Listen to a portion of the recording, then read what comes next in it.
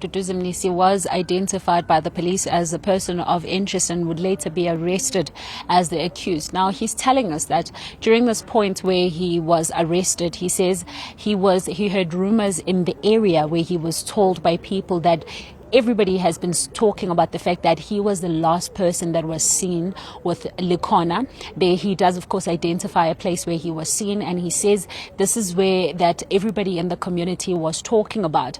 He says he was later then worried. He went to his parole officer.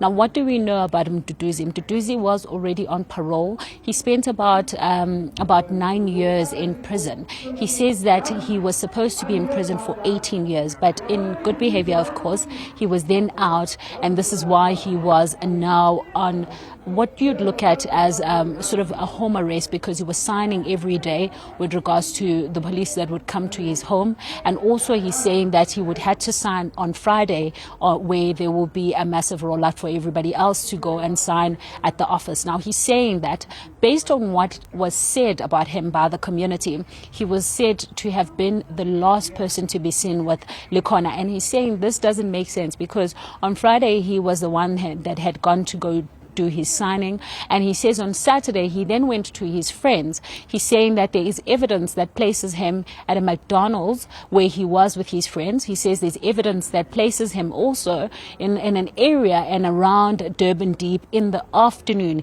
He says there's evidence around that area where there's cameras where he can be seen, and he says he has not been with Likhona. And he says he's been asking the IO, which is the investigating officer, to look at this evidence. But he has also put forward his phone. He says if you look at my phone, it should be able to give you direct details of my movement from Friday all the way to Sunday. He says he had heard from the community about the fact that Likhona had passed away.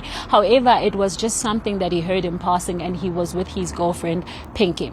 Now, Pinky is going to be the person that is going to be put to basically on a witness spot to basically explain what really happened. So based on the evidence that was provided today, he's basically said he did not do it, that the police didn't do their job accordingly, because he was the person that called the police and said he's heard the rumors, and he explained this to his parole officers, and when they came to him, they arrested without telling him what exactly he has done. Now, he's finished with his testimony, basically going forward and just saying that there are two people that can speak on my behalf.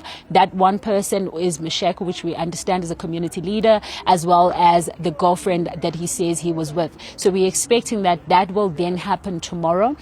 We understand at this very point, though, that the prosecutor on the other side has been able to ask information, especially when it comes to these cameras. He was quite concerned about how Mduduzi Mnisi knew exactly where these cameras were, and if or not he did not then use other ways to get to the same area to ensuring that he is not caught on camera. At the same time, he did argue that if there is then a witness that says he can put him in that certain place and say, I have seen you, I saw you when you did this, I know where you live, I know which car you drive, and so on, can he then, Mduduzi, say that that was true? Mduduzi argued that if that person says, I saw you in this space, then you should be able to see me on camera. So that back and forth is done today. We know that we are going to hear from his girlfriend then, that will give us more details to sort of corroborate what he has spoken about. But for today, the matter has been rolled over to tomorrow.